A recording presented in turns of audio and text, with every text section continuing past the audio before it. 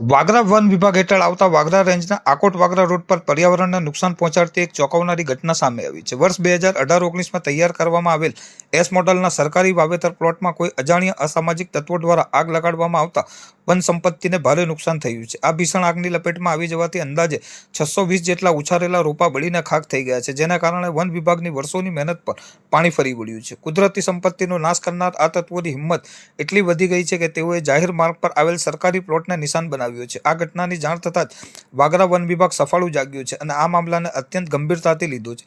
One વિભાગ દ્વારા અજાણ્યા ઇસમો વિરુદ્ધ કાયદેસરનો ગુનો નોંધીને તપાસનો ધમધમાટ શરૂ કરવામાં આવ્યો છે.